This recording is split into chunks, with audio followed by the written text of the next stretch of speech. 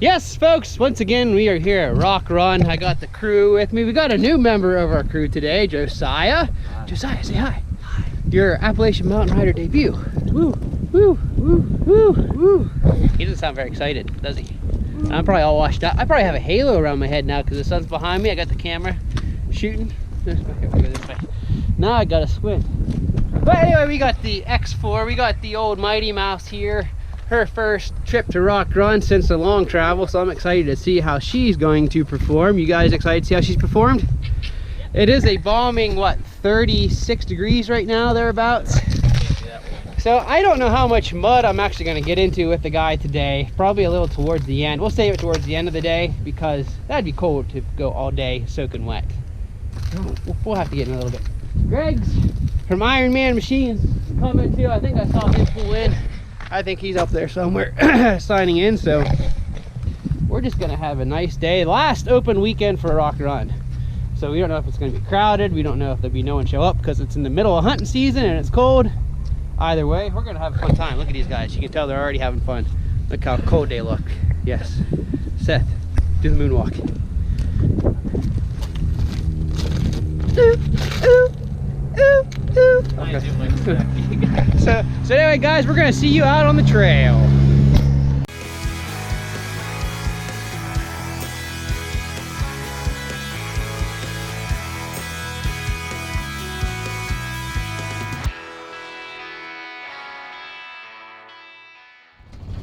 Mighty Mouse don't need ramp.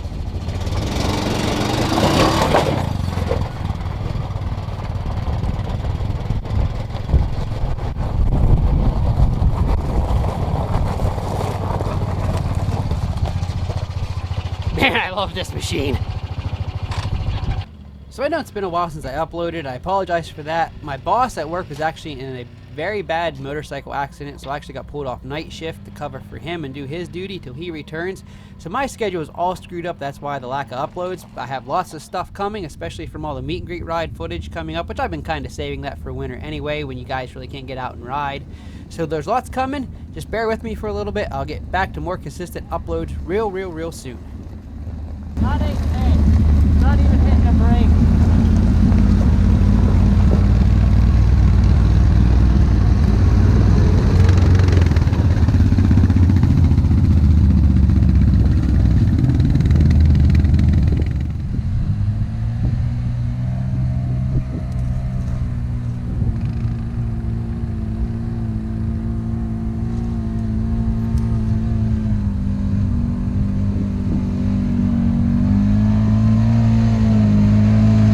Mighty Mouse might not be the fastest hill climber out there, especially with the big old 32-inch black waters and pretty much having to be in low range to have any power to climb up.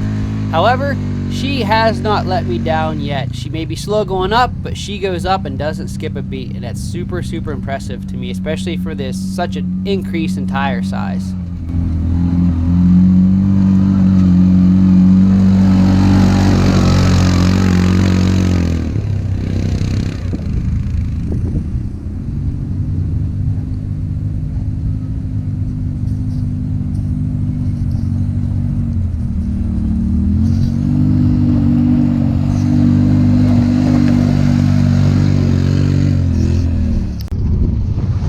I do believe something that contributes to the 500 being such a good hill climber, even though it is lacking in power, is the fact that it's such a small and light machine.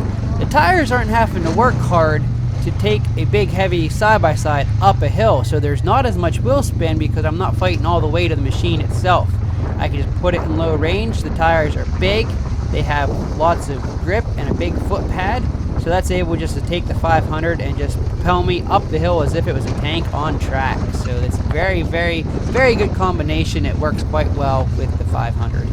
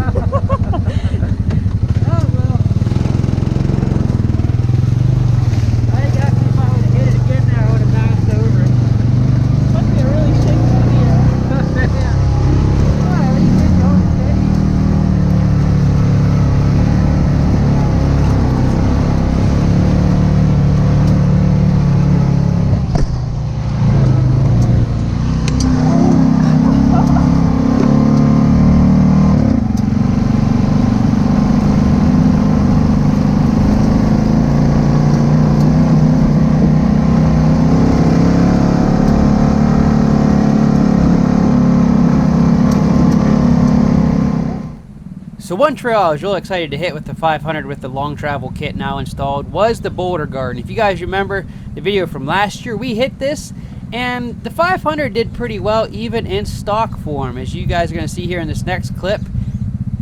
And I was really excited to get some side-by-side comparison footage, as you guys can see here in stock form. Seth was driving this trip, but you can see how he's kind of bounced around here. Yes, the 500 makes it, but he's getting thrown around here, whereas you'll see here coming up right about now with a long travel kit, it's a lot more cushionier. And further up here in the trail, there was a spot where there was a pretty good obstacle. If you guys remember, the Maverick Sport that was with us wasn't able to get up over with the Visco lock not engaging the four-wheel drive full time. And so I was really excited to get that comparison between the stock 500 and the long travel, because in the stock 500, as you guys can see, had, you know, at least 2 tires off the ground at one point in time. So with the long travel kit, I was hoping to see that difference in keeping all the wheels on the ground. However, much to my disappointment, as you guys are about to see, when we got to that section, well, we'll just look at the footage. So here's the footage from the previous year. You can see all the big rocks that were in the way, and the X4 is coming up here to this big boulder you can see there to the right of the screen, and you can see how it's lifting the wheels. We kind of just had to gun it a little bit to get up over.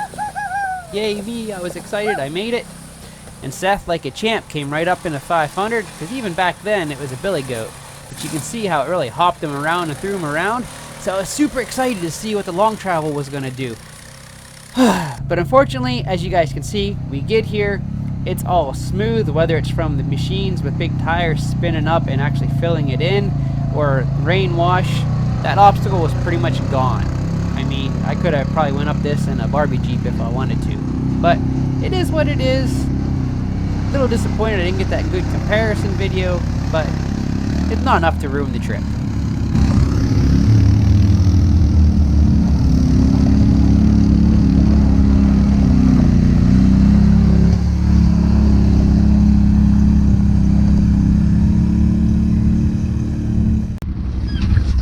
Alright guys, I commandeered Greg's Rhino for a little bit, just to have a little fun.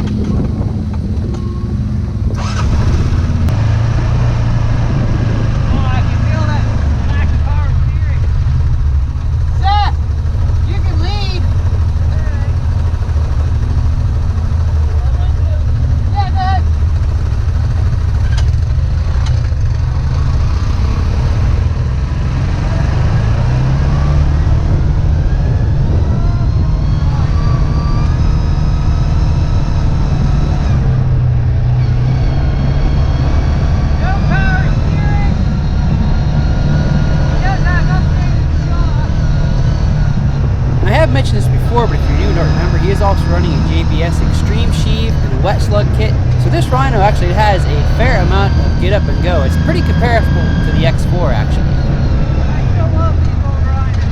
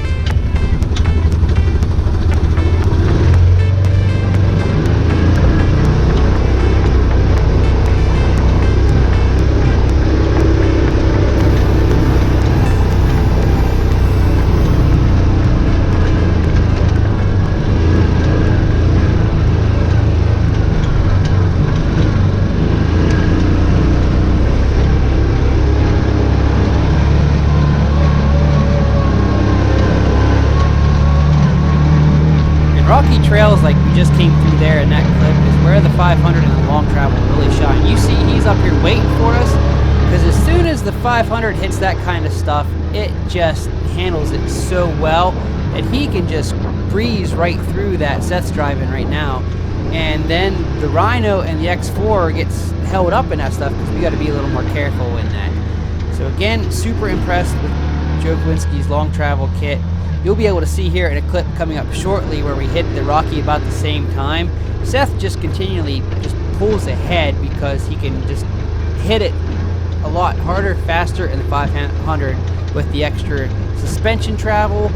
Just handles it so well. So again, super impressed. I don't think I have emphasized this enough. If you guys have missed it, I am super impressed with the long travel kit.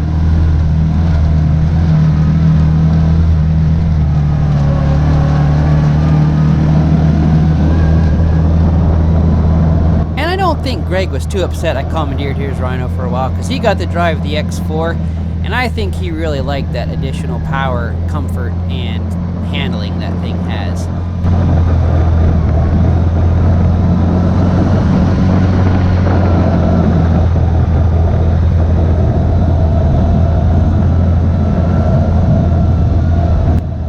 In fact, he's been on the fence, going kind of back and forth whether he wants to get an X4 or a Terra X4, and I think this may have been the tipping point that got him leaning towards the X4 with his time in the seat here at Rock Run.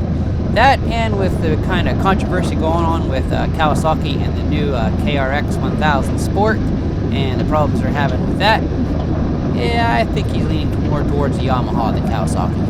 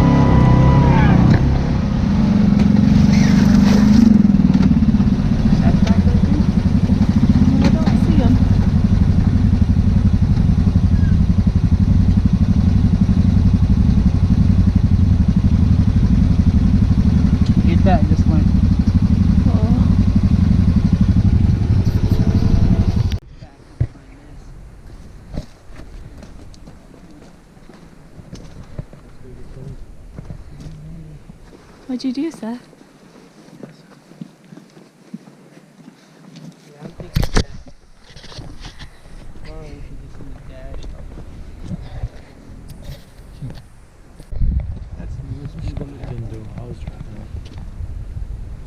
Well, Seth broke my X4.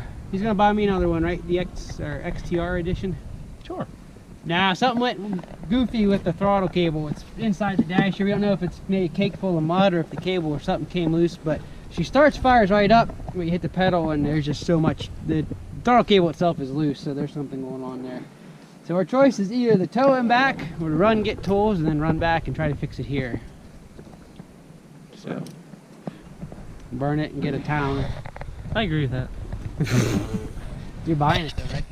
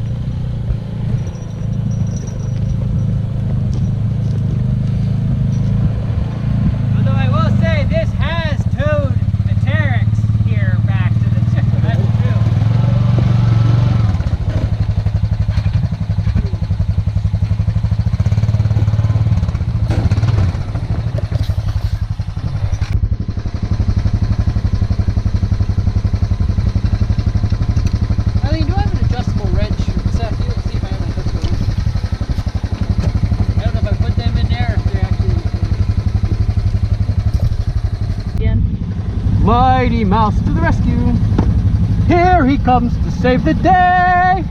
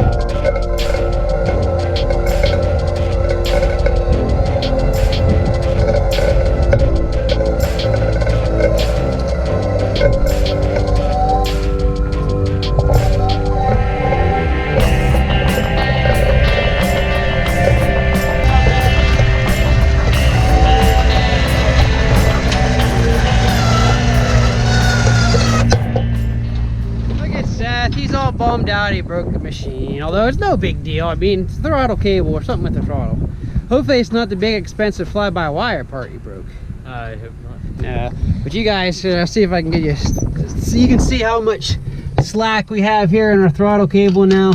So something's either hung up or broke, but in order to get to that, that's of course what's in the dash up here.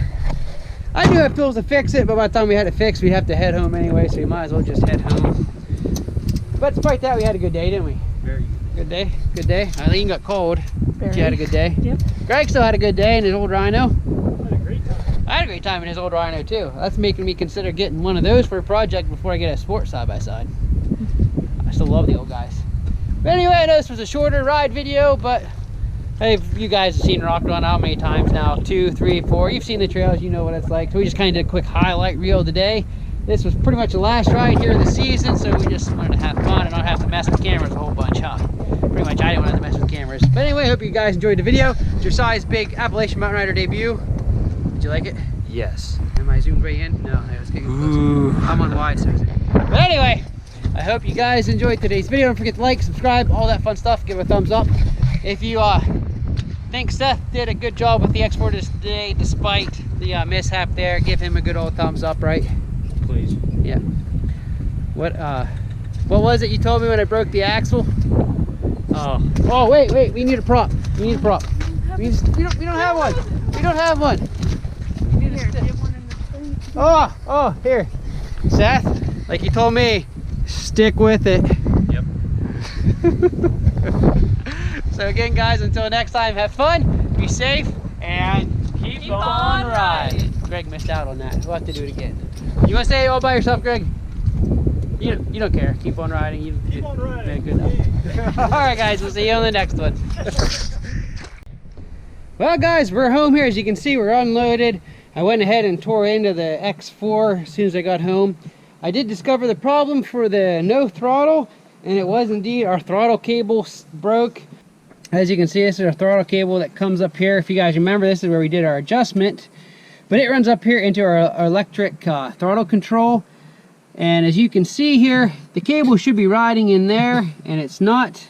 See, here's the end that should be fastened to the cable. Oh, and I just dropped it in there. Hold on, let me get it out. All right, as you can see here, the little end that goes in there that our cable is actually onto, that's where the cable broke. Maybe you can, I don't know if it's going to focus or not. Oh, hold on. Yeah. But anyway, that's what broke, and so I'm probably going to have to replace that whole cable because I doubt there's any way to reattach. Nah, she's broke. So, guys, I would say to make a habit of periodically digging into here and checking this. Again, you've seen me tear into this before. There's 1, 2, 3, 4, 5 size 4 Allen bolts, and there's 4 10mm bolts down here. Unplug your wire for your speed control switch and take out your vent lines, and that thing just pops off real easy. And then 3 Phillips head screws, you get into that. Check this, because I don't even think I probably have around 800-900 miles on this. This should not have broken as soon as it did, but it did what it did. Of course, I'm out of warranty, so I'm just gonna have to pony up the dough and buy a replacement. It's probably gonna have to be this whole section of throttle cable, which probably runs, it shouldn't be too bad. I know it runs down and under here, and where's the other part? Connects right here. So that might not be too bad. You guys probably can't see it, it's dark. That's not helping any, it's still dark. But anyway, it's in there. I have to just order that piece of throttle cable and replace it. So till then, she's probably gonna sit on the trailer. This is a bad time of year for this to be down like this outside, because it's getting cold, and we had a little bit of a snow flurry yesterday morning, but it is what it is, and we'll deal with it. So alright, I'm back again. So you thought this video was going to end, didn't you? Ha, fooled you. Anyway, I might as well show you the quick fix I'm going to do for this guy for time being. When I posted about this breaking on Facebook, I had a guy recommend a part that he used on his old Rhinos whenever this happened. And it's just these Dorman cable stops. You can get an advanced auto. You see they come in a variety pack. They come in different sizes. And as you guys see here, they have a hole in, the wire goes through. And then they just simply have a correct size screw. It's kind of like a set screw that screws down in to hold it tight. Probably just going to be a temporary fix. I don't exactly trust that cable from not being able to slide out of there, but I'm having trouble finding just the cable I need online. And I emailed the dealer where I bought this from, Ernie Miller. So of course it was a weekend. I'm waiting to hear back from him before I get a new cable. But I'll show you here how that works on the old X4. But basically, as you can see, I already got it in here. There was one, it was the correct size. The hole was good enough to put the cable through. I didn't have to tamper with it. Put it in the set screw in. And then as my wife comes up and hits the pedal for me, I'll probably have to adjust this a little bit.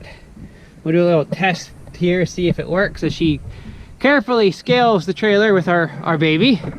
Like Kyla. Boom. We'll see how this is gonna work.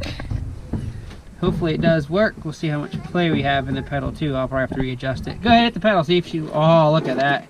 How much play you have in the pedal before it grabs? Is it grabbing at all? Yeah. It feels pretty loose to me. Wow. What's that? It feels loose to me. What do you mean feels loose? No, I'm not talking, no, that's how it should be. I'm just saying how much play there. That's actually probably good for time being till we get the correct one, because I want to get that overly tight and then go to hit the throttle and have that pop out again on us for a trail ride, because I don't know how long it's going to be to get a cable. But anyway guys, there's a good fix. I'm probably going to keep these in my box for now on, my little take with me kit for breakdowns on the trail. I bet you the 500 probably has a system similar to this, only it's not fly-by-wire, I can say that. It's, I think, just a regular traditional throttle cable right into the throttle body, and not throttle cable into this electric controller, which then sends an electric signal to the throttle body, which if you ask me is kind of weird, but I mean, I see why Yamaha did it. It got this up nice and high. It just kind of makes it overcomplicated in my books, but it is what it is. Anyway, I'm gonna go ahead, put my cover plate back on as Kyla gets upset. She wants to go for a ride. We're working on it, Kyla. And I think we'll finally go ahead and end this video. So again, guys, make sure you check that every once in a while. Make sure that little ball on the end of your cable is good, and hopefully you'll be good and never have to do this. But anyway, have a good night.